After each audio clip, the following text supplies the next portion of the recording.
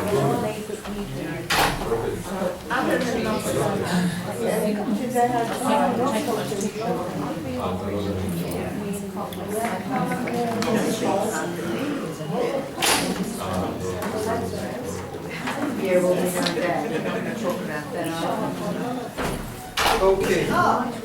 Friends, shalom. Shalom. Don't have here see a marker. Okay. They don't give me markers. Okay. Friends, shalom. So no, it's not so important. Shalom, everyone. Shavua tov v'chodesh tov. We're on the first day of a new Hebrew month, Chodesh Tammuz.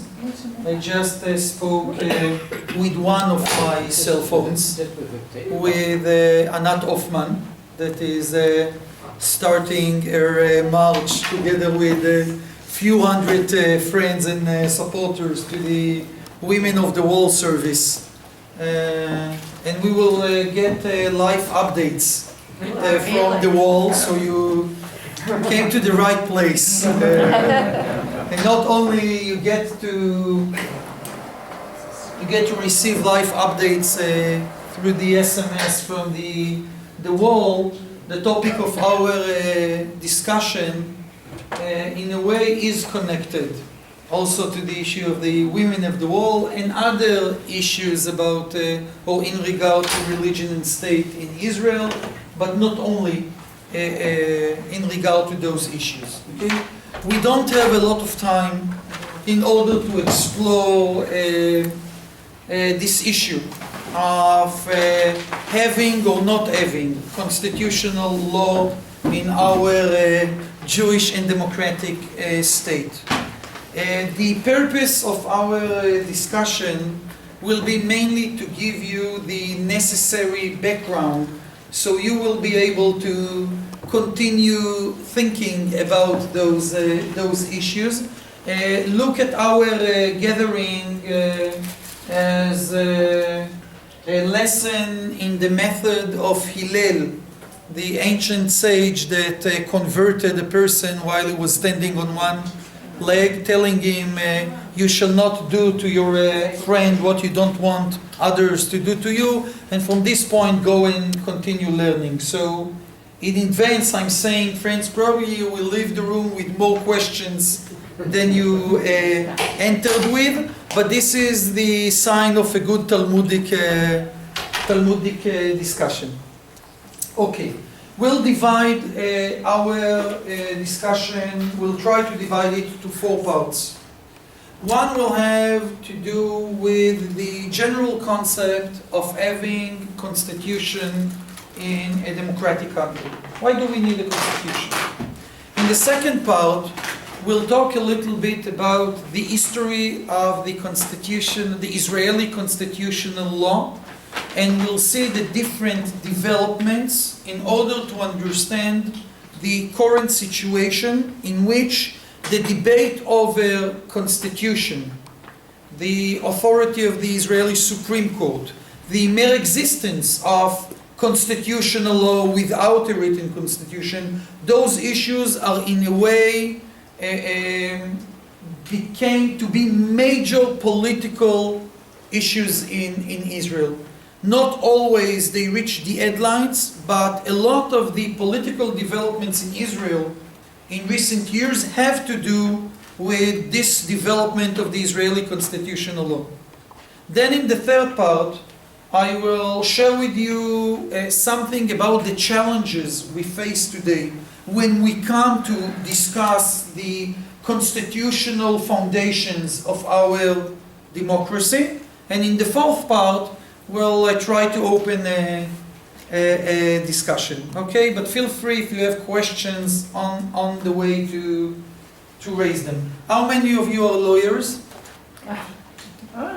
I'm sure you gave a lot of naches to your mother, but I'm glad I'm also a lawyer, out of business. I'm a progressive rabbi. That's what I do for my living. if you can call it a living. Yeah. But my main legal profession is constitutional law. My name is Gilad Kariv. I'm today, or in recent years, the executive director, the head of the Israeli movement for Progressive Judaism, which is actually the Israeli branch of the global reform movement. I was starting to get updates from the Kotel. No, they just want to see that I can get SMS. Is she Yossi's wife? Is she Yossi's wife? Is she Abramovich's wife? Who? Anna Hoffman? Yeah, no. So which one is his? I'm very good friends with him. And okay, but she's not married right now. So his wife was arrested last night. Yes? Okay, friends. Okay. I know nothing about the Australian constitutional law. Maybe towards the end you'll share with me few facts. But it's a given fact that today, in most democratic countries, and also in many non-democratic countries, there is a written, legislated constitutions.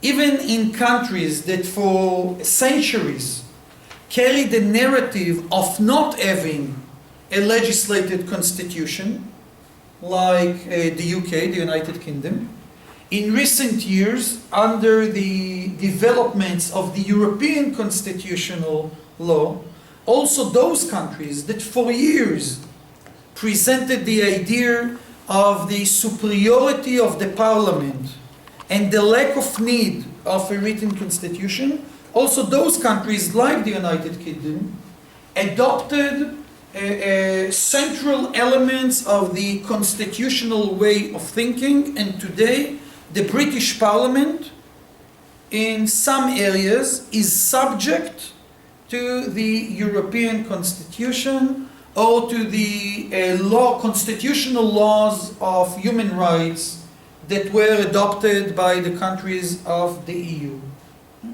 Israel is one of the few democratic countries in a modern era that does not have a written constitution. This is one of the few countries in the world today, in the democratic world, that tried to write a constitution several times, but basically failed to do so. Another example of a country that till this minute failed to write a full constitution, although it adopted some constitutional narratives, is Canada. At the same decades in which the Israeli parliament tried to deal with writing a constitution, the Canadian parliament failed to do so also. And I'm mentioning the Canadian example because there are some similarities between the constitutional challenges of Canada and the constitutional challenges of Israel, and we'll address it. Now, although we are not in the law faculty, let's ask ourselves a question. Why do we need a constitution? What is the main purpose of a constitution?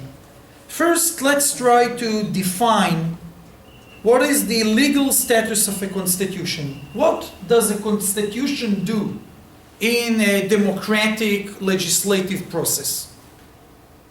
What is the role of constitution? Specifies the limits of the government. Only the government? The rights of The government includes courts and other parts of the parliament as well. Okay, so first of all, a constitution, I don't want to say limits the powers, but set the borders or set the definitions for the authorities of the different branches of government, including, and that's very important, including the parliament and the juridical system. Why it's important to emphasize it? Because the acts of the government, the executive branch, are set and limited by the ordinary law made by the parliament, right? The parliament legislates, and the executive branch, the government, operates according to the law of the parliament. The constitutional law not only deals with the boundaries of the executive branch powers, but also with the boundaries of the power of the parliament and the juridical system. If this is the case, and if this is the main purpose of the Constitution, and we will deal with other important things that the Constitution can do, why it is important that we will have a Constitution? In order to do what?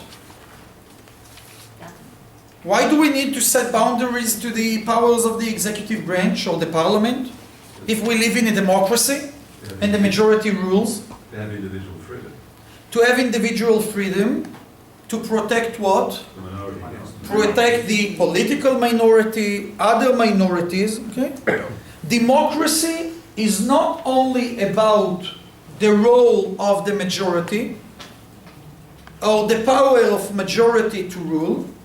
Democracy is also about, and some claim it is mainly about, limiting the powers of the majority in order to make sure that the rights of the minority, including the political right of the minority to turn itself into a majority through a political procedure, that the majority will not be able to execute its political power in a way that undermines the rights of the minority. Okay?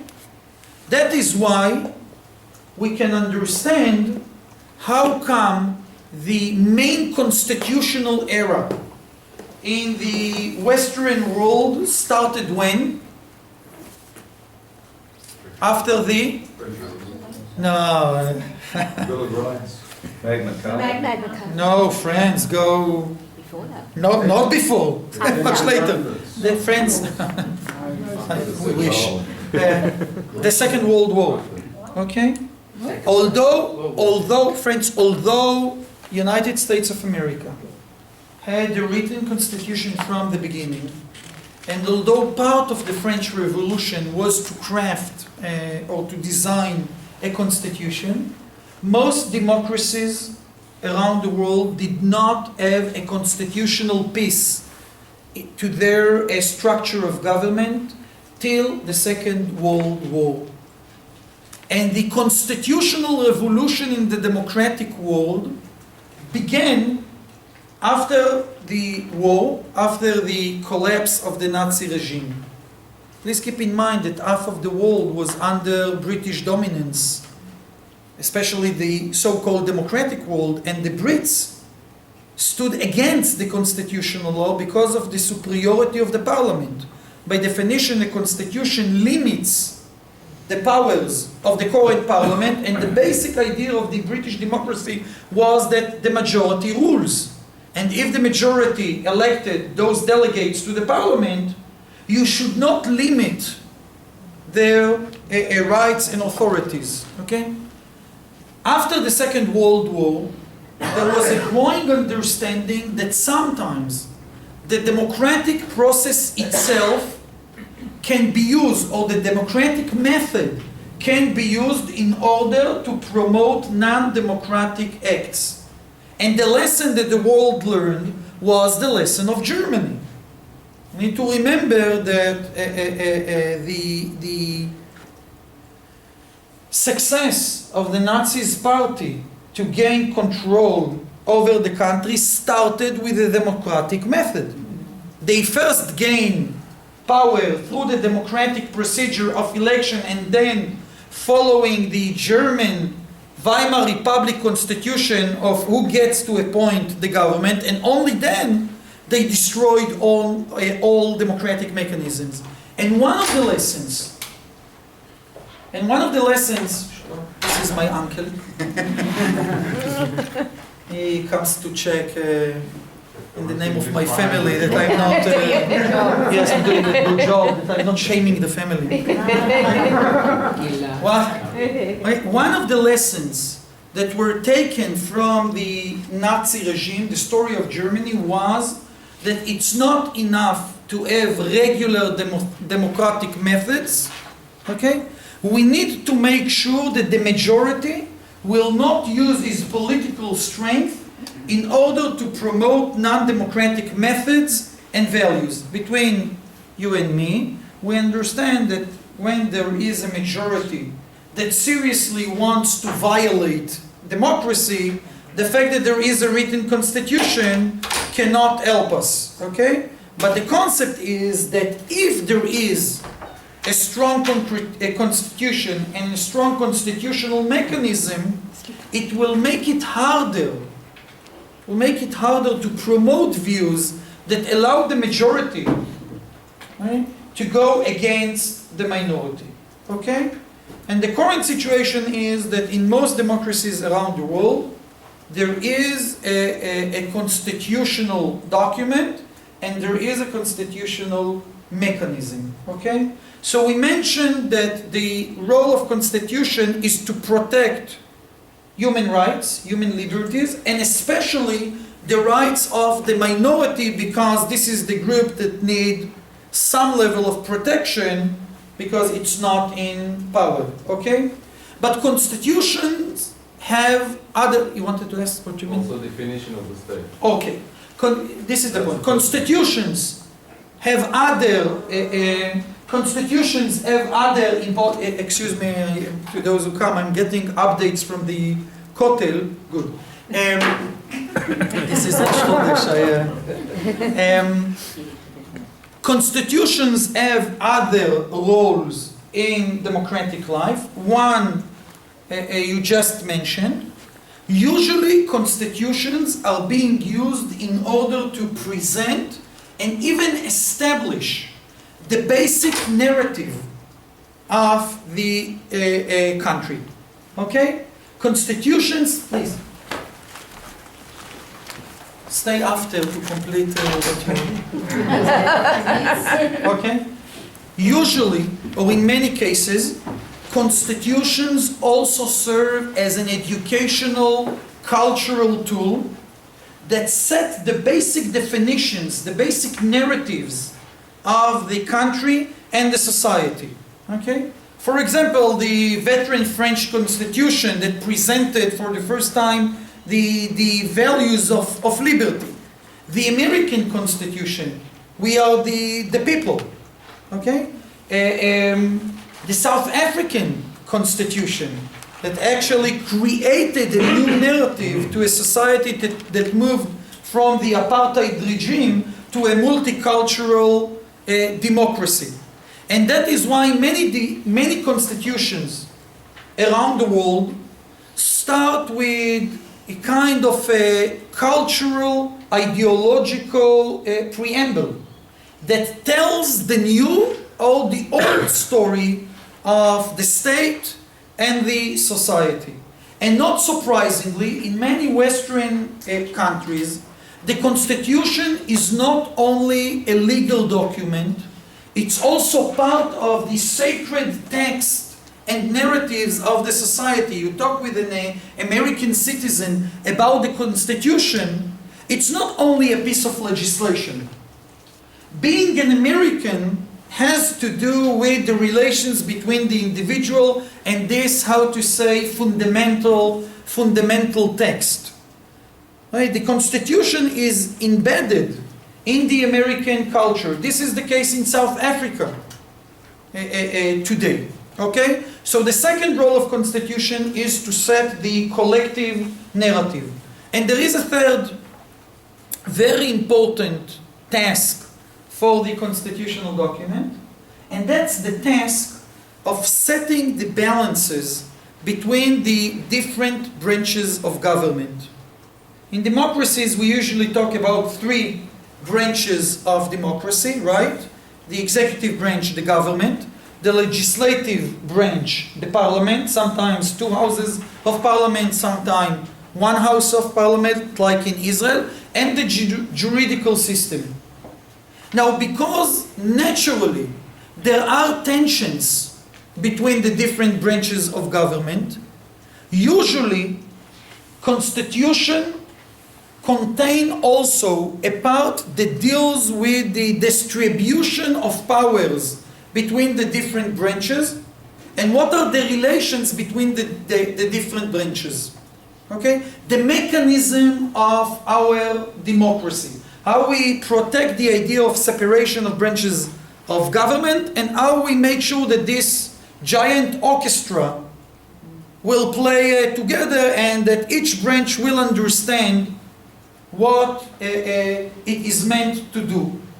Many of the constitutional debates today in Western societies, look for example what is happening in the US in recent years, have to do not with the first parts of or the tasks of the Constitution, defining the common ground of the society and the human liberties, but rather with how do we play the game.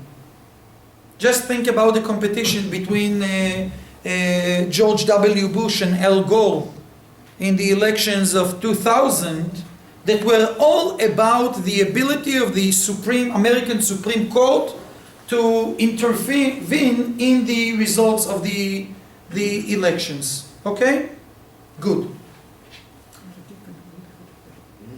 Usually, as a result, and this is the concluding remark of our first part, usually, especially in modern constitutions, following these three tasks of the constitutional document, you usually find three parts to the Western democratic constitution.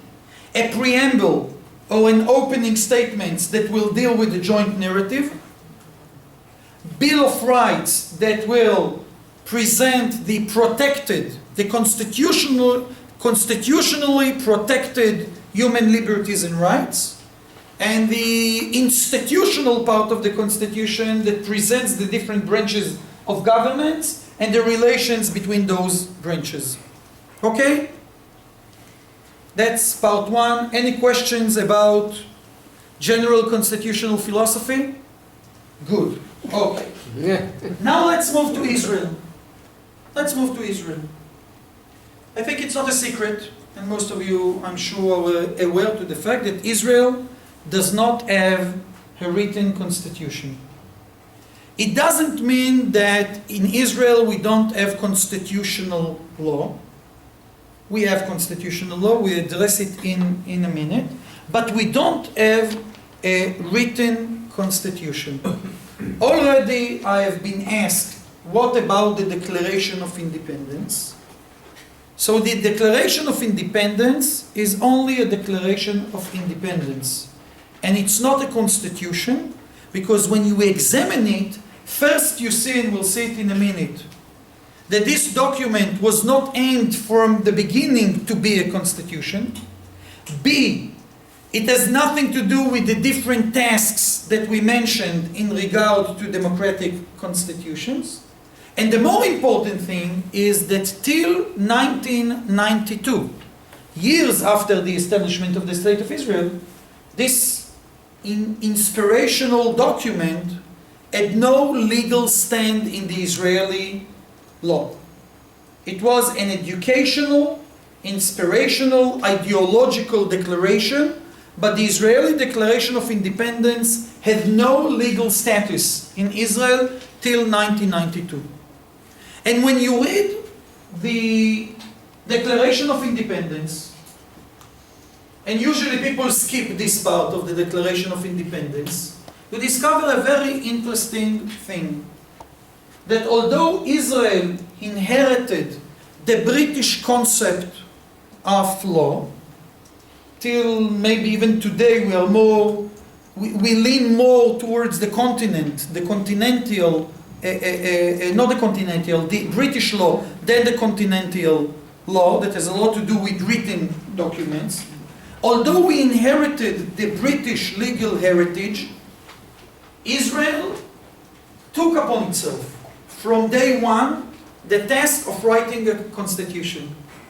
And basically, as long as we don't have a written constitution, Israel is not fulfilling the desire of the founding parents of the country that publicly declared we are going to write a constitution. And you can see in one of the paragraphs, we hereby declare that with effect from the moment of the termination of the mandate being tonight, the eve of Shabbat, the 6th of Iyar, and until the setting up of a duly elected bodies of the state in accordance with the constitution to be drawn up by the elected constituted assembly not later than 1st day of October 1948.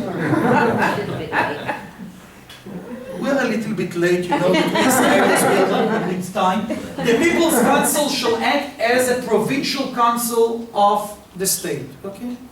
The founding parents of our, you see that I'm a progressive rabbi, I'm using gender-sensitive language, not founding fathers, founding parents, women of the world. The founding parents of our country took upon themselves to legislate a constitution basically in 6 months. How come they took upon themselves this irrational task? Because this demand can be found where? In the UN resolution from November 29, 1947. Under this constitutional mood of the international community, in the decision over the establishment of a Jewish state and an Arab state in Palestine / the land of Israel, one of the demands was that the two states will be based on a democratic constitutional concept. And part of the terms of independence were to constitute a constitution, and the leaders of Israel that found it very important to follow this international mood in order to protect the legitimacy of establishing the state, made it very clear that we are serious about implementing all parts of the UN decision. In a different section of the declaration, you can see that they also declared that they are serious about implementing the part they're talking about Jerusalem as an international sovereignty. Unfortunately, they weren't serious enough about this part. Fortunately or unfortunately, that depends on your political view. I think fortunately, they weren't serious also about handing Jerusalem to an international mandate. Okay? So Israel took upon itself to have a written constitution in order to meet the demands of the international community. What was the excuse that we used not to meet this date and not to have a constitution in October 48? What took place in October 48? The war. Okay? The independence war, the 48 war.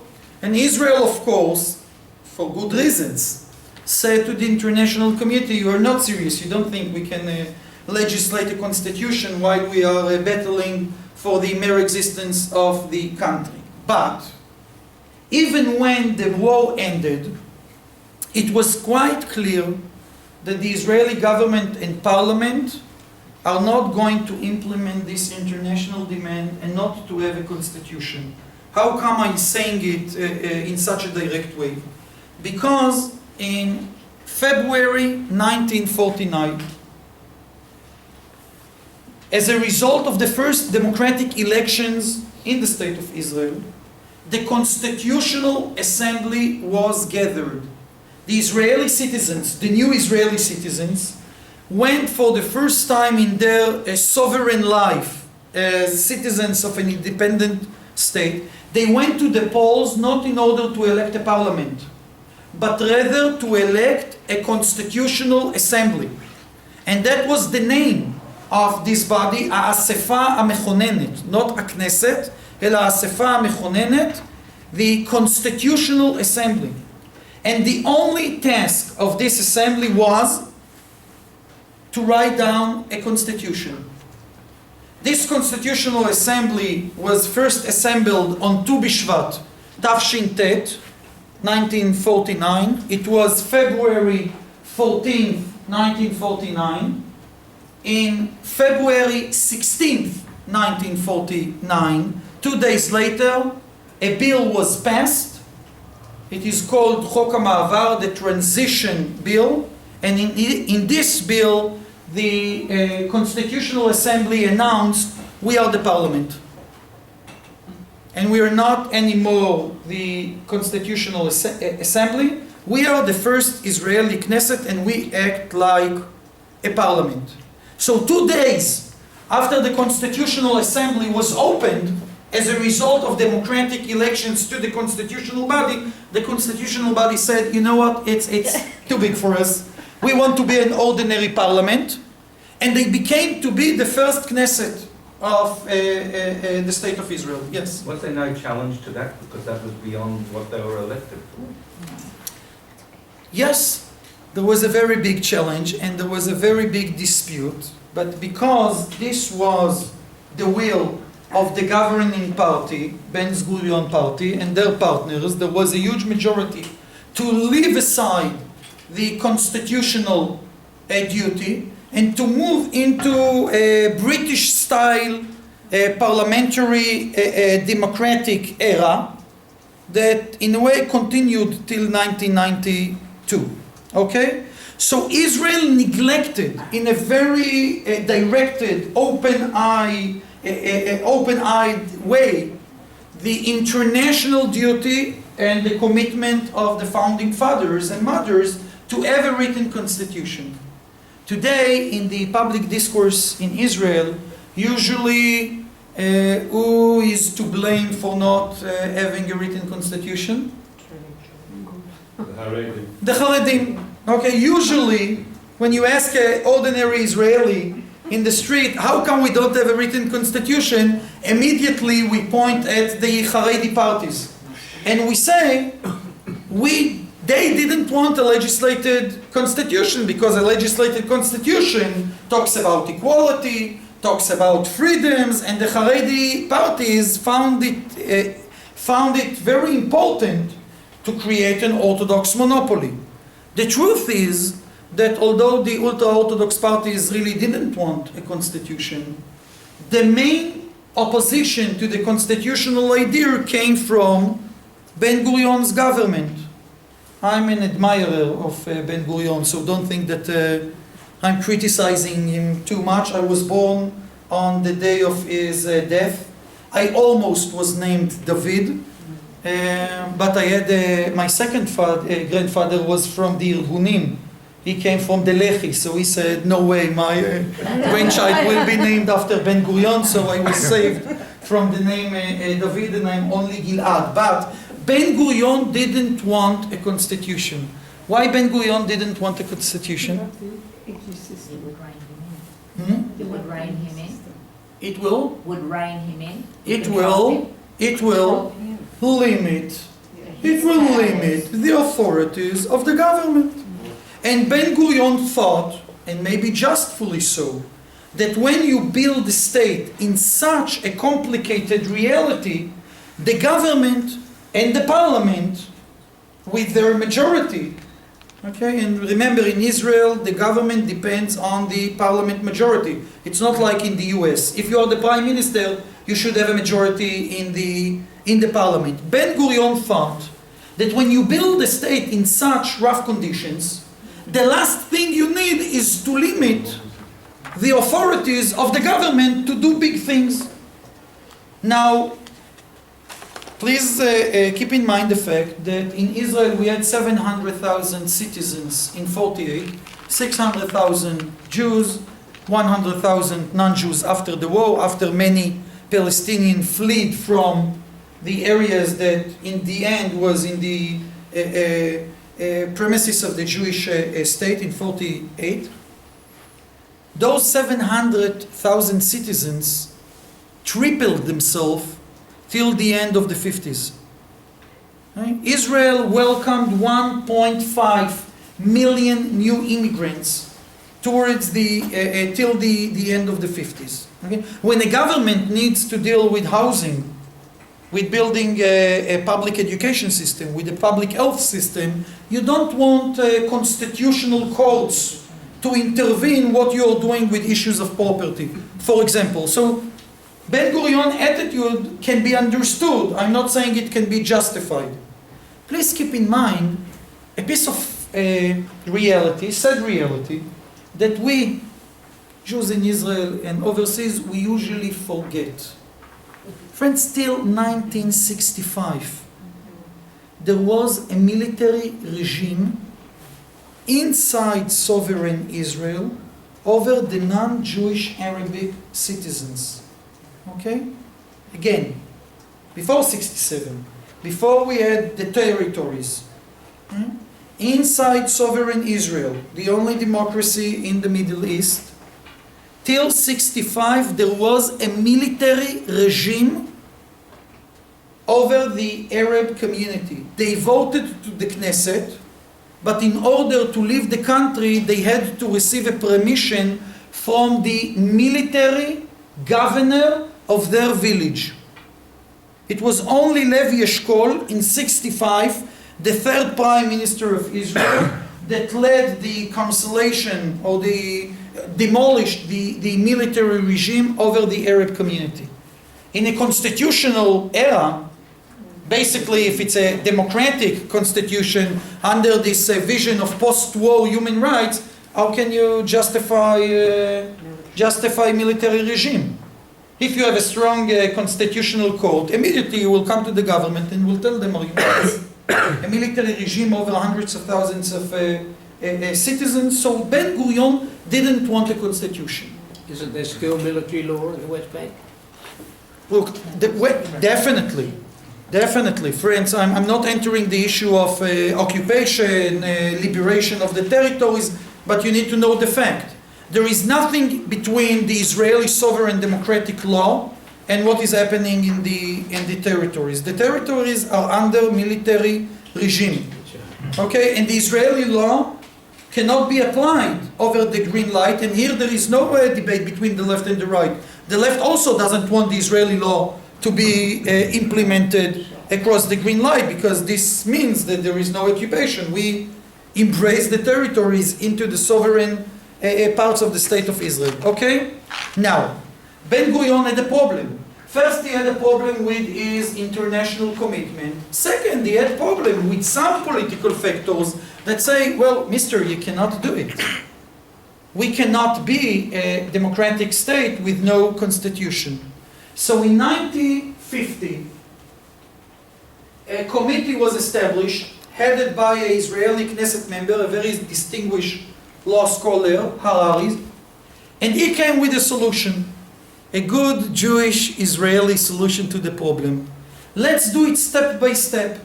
We have no reason to hurry, to rush with our constitutional operation. And instead of writing a constitution, let's start to legislate basic laws. In the end, after we legislate all the basic laws, all we need is to collect them into a written constitution, right? We'll deal with the basic law that deals with elections, a basic law that deals with the government, a basic law that deals with the Knesset, a basic law that deals with the Israeli army, with the lands management in Israel. No. The only problem was that the Knesset didn't give any special constitutional status to those laws. They were titled basic laws, but they were not more important or efficient from a regular law of the Knesset. You could have replaced them with a simple majority. Not even 61 out of the 120 Knesset members. 3 against 2 could have changed the basic laws. And the basic laws were not seen as real constitutional legislation, meaning that the Israeli Supreme Court could have not used the basic laws in order to overrule the ongoing regular legislation of the Knesset. So it was a very nice narrative. We legislated a lot of important basic laws, but they were actually ordinary laws that deal with important issues. Okay? This was the case till 1992. And in 1992 started what we call today in Israel, and this is a huge political public debate in Israel. In 1992 starts what we call the constitution, the quiet constitutional revolution in Israel. What happened in 1992? By a very small majority, 26 for, 19 against. Okay? Small part of the Knesset members attended the hearing and the voting. 2 laws, 2 basic laws were passed. One is human dignity and liberty, and the second is not here, is freedom of occupation. And for the first time in Israeli legislated history, three things happened. First, the Declaration of Independence of the State of Israel was granted legal status because the first section of the laws said that basic human rights in Israel are based on the recognition of the value of human being and the sanctity of his life and his freedom, and this will be respected in the spirit of the principles of the Declaration of Independence of the State of Israel. Suddenly the declaration has some legal status. The second thing was that for the first time we had the Bill of Rights. I didn't bring it here, but all the other sections of the law deal with basic human rights. Okay, and you can see section 1a, the purpose of this basic law is to protect human dignity and liberty in order to anchor in a basic law values, the values law of the State of Israel as a Jewish and democratic state. This is the first time in the Israeli law that the term Jewish and democratic state appears. It's not an old expression, it's a new, from 1992. Okay? And it was a result of a compromise between those that wanted just a Bill of Rights and those who said, well, look. This part that complies with that and saying that's the law now. Right.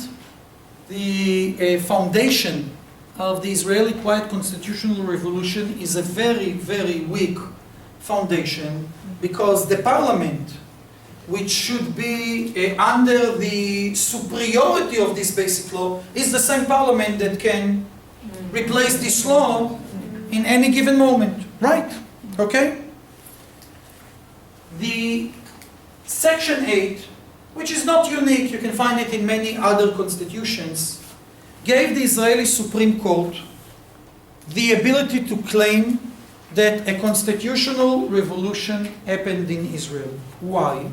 Because the Supreme Court, in a very known and long ruling, said, well, if no one can violate the protected rights, it's the duty of the court to say when this law is being breached, not only by the ordinary person in the street, but also by the government, but not only the government, also by the parliament.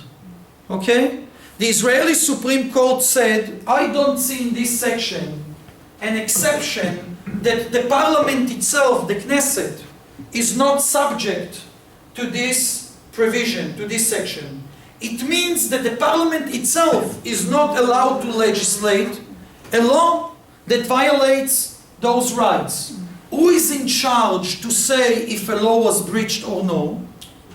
The court.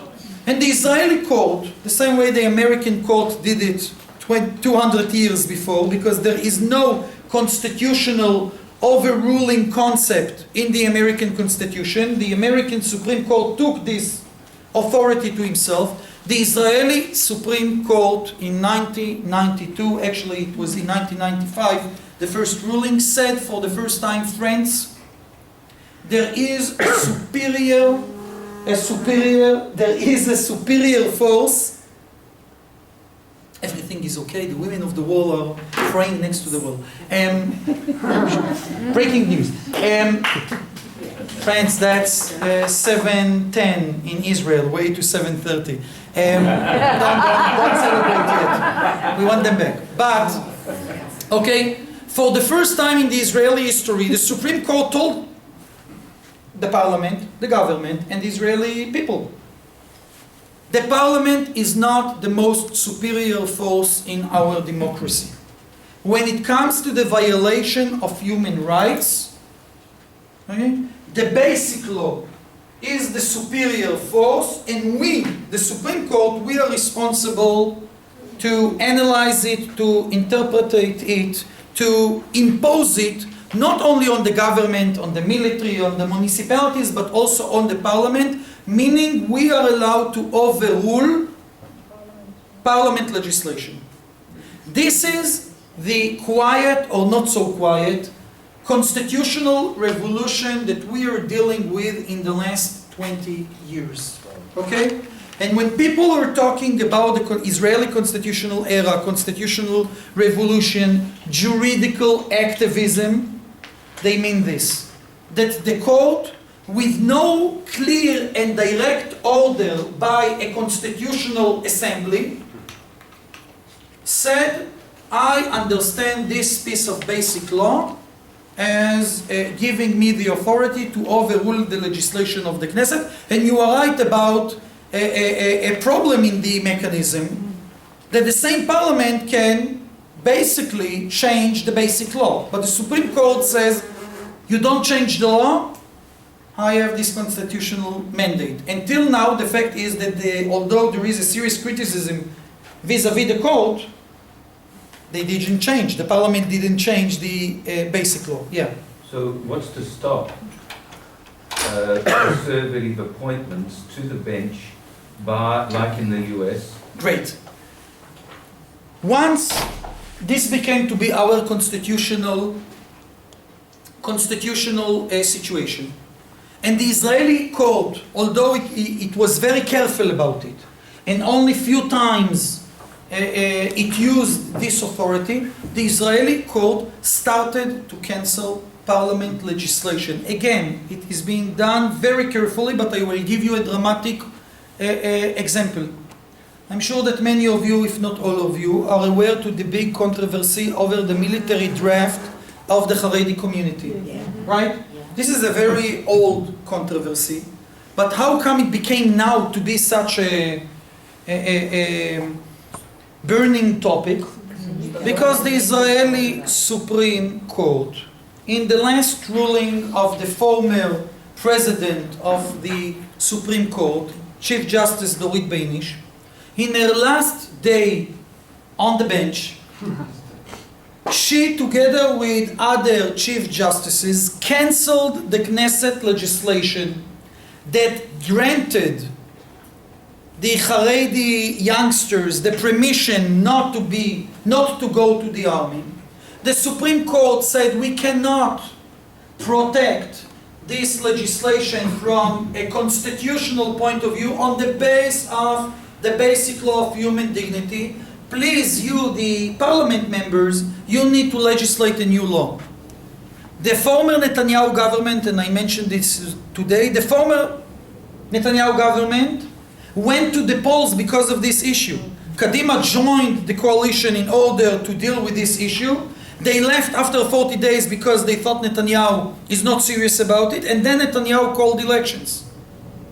The biggest debates in the current government, or the biggest constitutional act of the current government, is to come up with a new law for the military draft. It all restarted by the court implementing its constitutional authority. Now, in Israel, we have a very unique system of appointing judges. In Israel, the process of appointing judges is influenced by political forces, but it is not dominated by political forces. There is a committee of 9 members. Only 4 out of the 9 are politicians. 2 ministers and 2 Knesset members. The other 5 come from the legal world.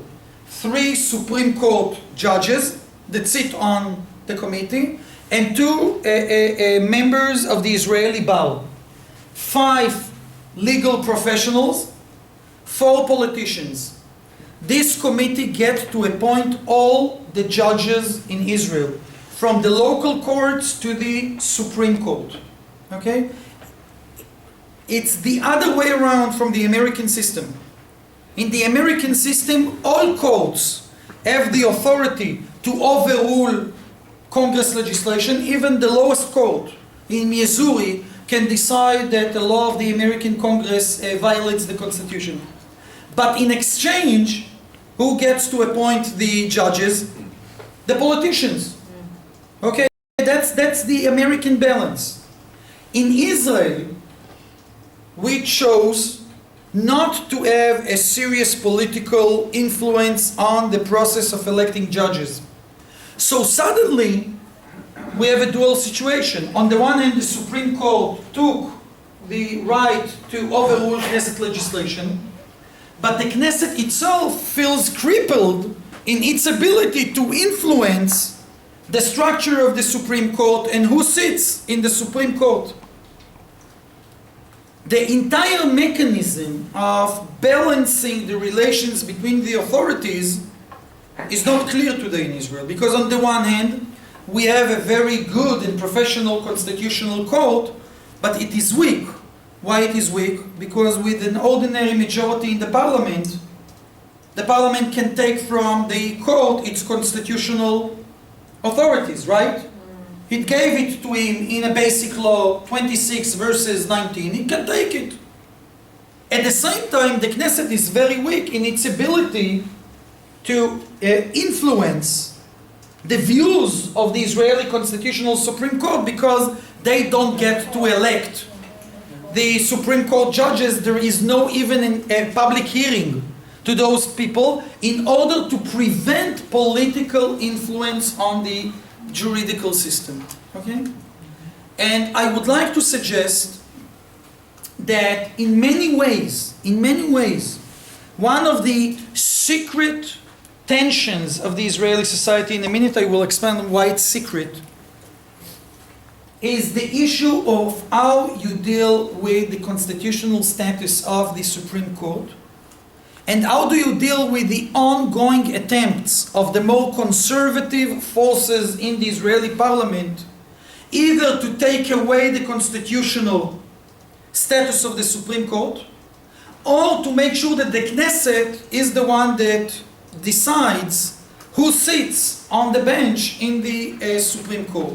Why I'm saying it's a secret? Because usually when we talk, even with Israelis, about the major issues of the Israeli political system, we talk about Iran, we talk about the social protest, we talk about religion and state.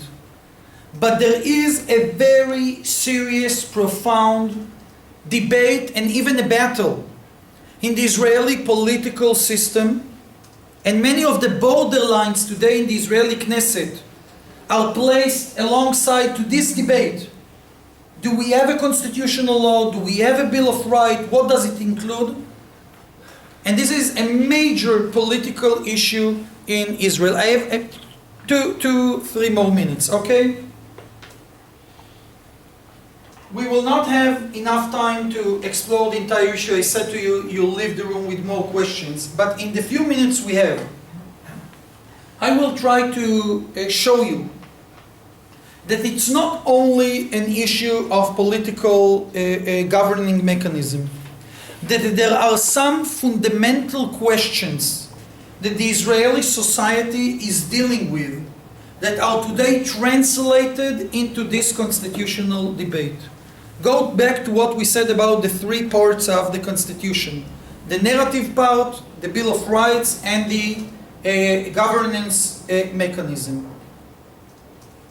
A few years ago, the Knesset, and I was deeply involved in this process, tried to legislate a full constitution as a breakthrough from the dead-end situation that we experience today in our constitutional law. Why it is a dead end? In the last 20 years, the Knesset did nothing with its basic law because all sides are afraid to touch this fragile system. Okay? So there was a process of 3-4 years of trying to write a constitution. We failed. Why we failed? When we came to deal with the basic narratives of the state of Israel, immediately we met a serious debate between the Jewish majority and the Arab minority. The Jewish majority demanded that we will define the country as a Jewish state with a democratic regime. The Arabs said, friends, forget about it. You can't have a Jewish state and a democracy. What it means in regard to our stand as citizens. If you're saying this is a Jewish state, you automatically say, I'm a second class citizens. We have good answers to reply. This is not the topic of our session. But when we ask them, well, Israel is defined the Jewish state from day one. How come now you're saying that this is something so terrible? So first they said, we said it to you from 48, you didn't want to hear. Okay? We never thought that for an Arab to live in a Jewish state, it's a reasonable situation. This is our homeland. But second, they said something much more important. There is a difference when you define the country as a Jewish state in the Declaration of Independence. It's clear that in the Declaration of Independence, it was declared among Jews. Okay? It's clear that it's a Jewish declaration. Okay? It's okay that here and there in the legislation you present the concept of a Jewish state, for example, in the law of return. But when you go to legislate a constitution, the most superior piece of legislation, which is very hard, by definition, it's hard to change it. We are not willing to allow you to give a constitutional standing to this concept. Now, the majority can ignore what the minority wants, but enough players among the majority ask themselves, do we really want now a serious crisis between the Jewish majority and the Arab minority more than we already have? Is this the right time to open the question, how do you find the country?